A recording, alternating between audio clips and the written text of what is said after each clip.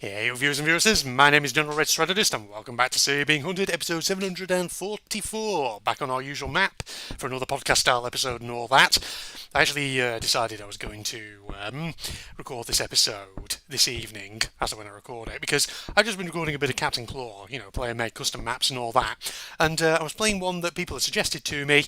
I got about 20 minutes into it and then immediately rage quit it because it turned out to be an absolute nightmarishly difficult custom map, let's put it that way, and I needed something to de-stress a little bit and relax myself after the absolute nightmare that was that map. Basically, ladies and gentlemen, if you're interested in seeing that, it's episode 101 of my Captain Claw playlist, Adventurer, A Fresh Hell. The name of the map is Adventurer, but I've put my own little subtitle to it, which is A Fresh Hell, because it is hell. Seriously. If you've never actually played Captain Claw for yourself, it's a great game, well worth playing and all that, if you want a decently challenging old-school 90s 2D platformer. And the thing is, it still has a thriving fan community to this day, building custom maps for it, and some of the more recent custom maps are very impressive from a technical point of view, you got to be honest, because people are learning, how to program and implement custom content, or take content from one level and implement it in another, that kind of thing. And people are getting very creative with it, to their credit. They're doing really, really well at making these awesome custom maps. But as with many games, there is sort of like I suppose like a hardcore of players within the fan community who love to be absolutely challenged by brutally hard levels. Basically the massacre gamers, to put it that way. And so every so often, you do get the odd Captain Claw level, which is ridiculously hard, where it feels like they've made a level that is video game torture, to put it that way. And I've just played one of them, played 20 minutes of it, decided, you know what, I think that'll do. And the thing is, I looked at the file size of the map, and I have a feeling I barely even got not even 1% of the way through it before I just decided, no, fuck that, I can't beat this. Well, I mean, I probably could, but I would be there for hours, if not days, trying to beat it, and I don't really have the time or the patience to be doing that, ladies and gentlemen, so yes, I decided to come for a nice chill episode of Say Being Hunted instead, in which we can just push our way forward on our current map, and have a nice little conversation about whatever is on my brain at this time and all. So, God, the weather is also quite warm here in the UK, by the way, as you'd expect. Funny thing was, I was speaking with my old folks on the phone recently, and they were under the impression that down here where I am, it was going to be sort of getting cooler. It was going to be a bit of rain, perhaps, but there's been no rain. It's just been warm as always, I mean, the thing is, we are getting hotter and, hotter and hotter because we are on the road to summer and all that, in all honesty. Now, Mr. Landowner, you're exactly in the direction that I kind of want to go, which is irritating. You can move away, please. That would be very, very appreciated. Instead of just hanging around that one spot. No, don't go. Don't go that way. He's kind of stuck on something. He's like going back and forth and then pausing. It's very weird. If I give him a ride. Shit. No. You can fuck right off, Scarecrow Man. Oh. Left him behind, I think I have. There we go. Right, get over here, nice and quick. Right. It's thrown my train of thought completely, that. I was talking about the weather, wasn't I? Yeah, it's warm. It's warm, ladies and gentlemen, as you'd expect for the UK, approaching summer, this time of year and all that. But no, I had a actual specific topic on the brain that I was going to talk about in this episode, which I think would be quite entertaining, ladies and gentlemen. And the topic of conversation is basically along the lines of, what is something cursed which, until you learnt about it, you would never have thought about it, but now that you've learnt about it, you sort of think, thanks, now I can't unsee that, ladies and gentlemen. And the truth is, I'm sure many of you have had moments like that in life, where, a friend will say, oh, did you know such and such a random fact that they discovered recently just by browsing the internet or whatever. And then as soon as you heard it, you were like, huh, okay, interesting, but at the same time, I didn't need to know that, or thanks, I hate it, or I can't unsee it. The thing is, me and Phil actually recorded a Reddit recently, which I don't know if it'll have gone out on the channel by the time this video goes out, where we basically looked at the r/thanks I hate it subreddit, which was quite entertaining, and we certainly learned a lot of things that we were better off not knowing over on there. At least things that I certainly feel like I was probably better off not knowing. Like the fact that apparently a human heart can be technically unfolded, and when it does, it looks really, really fucking weird and bizarre, because it looks like a weird strip with two nozzles at either end. Very strange. Did not need to know that, but now I do. And so I was thinking, putting that subreddit aside, is there anything else in life that I've ever encountered where I was like, huh, I didn't know that, but now that I do know it, I kind of feel like I would have been better off not knowing it, or that I didn't need to know it. And yes, there is something I can think of that actually happened to me quite recently, ladies and gentlemen. So, many, many episodes ago, in So You're Being Hunted, I did a video, a podcast-style episode, where I was talking about old console games that really should have been ported to PC, because they would have been great on there. Or, there would have been plenty of people who would have liked to play them, myself included. And one of the franchises that I remember actually talking about in that video was, of course, Sly Cooper. You know the one? The 3D platformers that used to be on, was it PlayStation 2, I think? That were only ever on PlayStation. 3D platformers, Sly Cooper, the raccoon, the international thief, and all that. Very cartoonish 3D platformers, but very fun-looking platformers, in essence. And, I've talked about, obviously, how I'm into 3D platformers. I do enjoy them. Rayman 3, for example, is one of my favourite games of all time. And so it would have been awesome to see the Sly Cooper games ported over to PC, which, as far as I'm aware, they never have been.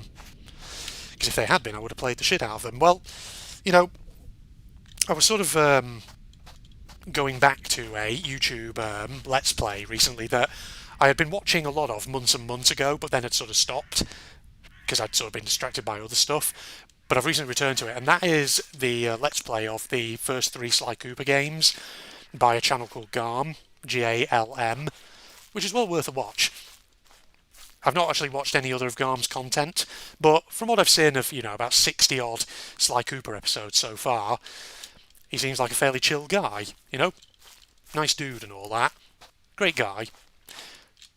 But as a result of going back to that series and actually watching a bit more, getting back to watching his playthrough of Sly Cooper 3, obviously, that sort of affects the YouTube algorithm in terms of the sort of stuff that it recommends to you, things that it thinks you might be interested in and all that. And so, naturally, having watched a few episodes of that playthrough, YouTube then started recommending the odd bit of other Sly Cooper content on the site, including an old 5-minute animated short that was apparently released on, I think it was released on various gaming YouTube channels like PlayStation, the PlayStation channel and all that, something like 12 years ago. And that was for I think it was the 4th Sly Cooper game, Sly Cooper Thieves in Time, I believe it was. So yeah, as part of the advertising and the marketing before the release of that game, there was a 5-minute, roughly 5-minute animated short made. And basically what happens in that animated short, for anybody who hasn't seen it, I've watched it. Basically what happens is Sly Cooper and his friends have managed to make their sort of Mystery Machine-esque van fly, and they use it to intercept an aeroplane that is being flown by a bunch of series bad guys. And Sly Cooper infiltrates it, and he's exploring, and then he finds, obviously, his sort of rival/love interest, Carmelita Fox. And he finds her basically tied up in a closet on board this aircraft. And he's about to free her, but then he sort of thinks, actually, if I free her, she's probably going to try and arrest me. So he leaves her tied up, sort of like saying, oh, I'll come back and rescue you once I've done what I'm supposed to be doing. But then, of course, Carmelita eventually gets free of her own accord through her own resourcefulness and all that. But the thing is, I didn't think anything of it at the time. I just thought, well, it's a cartoonish animated short. It's Sly Cooper. It's funny. It's, very much cartoon slapstick humour. But then I was scrolling through the comments on that video, on whatever channel it was that I'd been watching it on, and what struck me immediately is the number of comments commenting on that little short scene with Carmelita Fox tied up in the closet. I think you can see where this is going, ladies and gentlemen. Unless you are an innocent little cherub, an innocent little summer child, who doesn't really quite understand why someone might, let's say, take an interest in a scene like that, then, you know what? If you are one of those little summer children, I won't burst your bubble.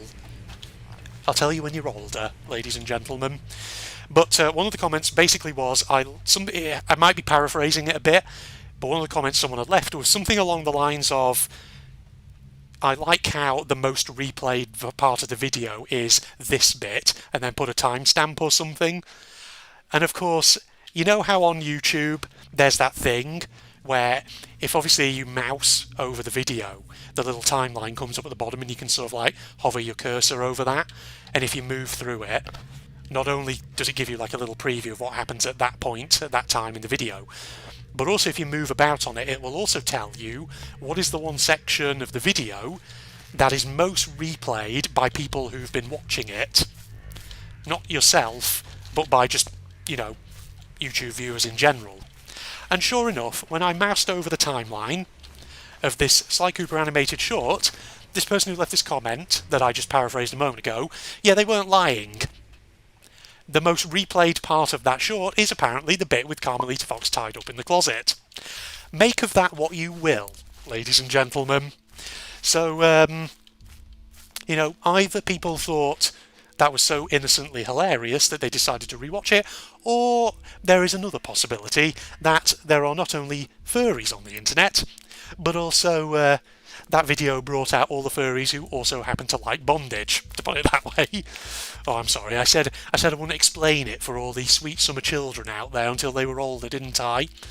Well, looks like I've just explained it. You're old enough, ladies and gentlemen, now, as I've officially decided. So yeah, that was definitely a thing that I think kind of fits that bill of, I didn't know that before, but now that I do know that, I feel like I didn't need to know that. But then again, it's not the most cursed thing out there, to be honest. I mean, don't get me wrong, I'm not kink-shaming at all. If you're a furry, you do you. If you're a furry who's into, consensual bondage and all that, as long as it's consensual, as long as it's between adults who know what they're doing, you do you. That's absolutely fine. Nothing wrong with that. But yes, it's one of those things that is both hilarious and slightly cursed when you find out, ladies and gentlemen.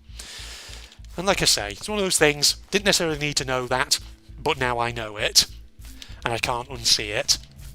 So, yes. And if I remember to do so, maybe if you're lucky, maybe I'll find a clip of it and put it in the video somewhere a moment ago. So, yes, ladies and gentlemen, I know it, and now you know it too. If I have to know it, then fuck it. You guys have to know it as well. You guys have to suffer this piece of information that I have been exposed to. Well, you're not really suffering from it, I'm just being dramatic and all that. It's fine. I'm just being slightly, dramatic for humorous effect and all that. Assuming indeed that you are finding this humorous. I never know. Do people actually find any of my commentary humorous at all? Is it cringe? Is it boring? Or is it all of the above? In some weird paradoxical sense. Could very well be all of the above for all I know, ladies and gentlemen. But yeah, feel free to comment down below. What's something kind of cursed that up until you learnt it, you didn't realise that you were probably better off not knowing it, or that you could have, existed just as easily without knowing it. And with that, I've exhausted my topic of conversation, ladies and gentlemen. Yes, it's that classic Red moment of, I just get something in my head and I need to talk about it in a Surrey Being Hunted episode because I think it's humorous, mildly amusing, or interesting, or just cursed in general and all that. And like I say, if I have to suffer it, you do too, because you're my audience. You're hostages on my channel, ladies and gentlemen. You're never leaving. Right, I'm going to head back to the jetty, I think, and save the game. And then I think I will probably wrap the episode up, ladies and gents. We've been doing a decent amount of time there. It's got to be at least 15 minutes, possibly coming up towards 20. Assuming I haven't mistimed entirely, which very well I could have done, knowing me. So, yeah, I'm thinking actually the remainder of this evening, what I might do. I might, once I've done this, obviously set my video editor to, process and export the videos so that they're ready to be uploaded onto the channel. And whilst I'm doing that, I might, might do some exercise, ladies and gentlemen. Because the thing is, I used to have a little bit of a sort of evening exercise regimen that I used to do. I used to always have a weird little thing that I did with exercise where what I would do is I would go on YouTube, I would open up, I think I may have talked about this before though, to be honest, but I'll say it again in case I haven't. I used to have an exercise regimen where I would bring up the Game Grumps Mario Maker playlist on YouTube. I would start at like the episode 1, and every time Aaron Hansen dies in that game, I would pause the video, get up on my feet, and do, say, like 5 press-ups, maybe, like 30 seconds to a minute of planks, and 10 sit-ups, or something like that, some squats or whatever. And it was actually a pretty decent way of getting a mildly good workout, because, oh, trust me, if you've seen Game Grumps, you know that obviously Aaron Hansen dies a lot in Mario Maker, especially in the early episodes. I'm thinking I might restart that, ladies and gentlemen, because I haven't done it in a long while. Because the problem is, in my kind of job, which often is very sedentary, you sat in an office or at my PC at home just doing admin work, things like that. It can be very easy, to get into bad habits of not doing any exercise. And that's the thing, when you're in that kind of job, you need to be a bit more disciplined with yourself.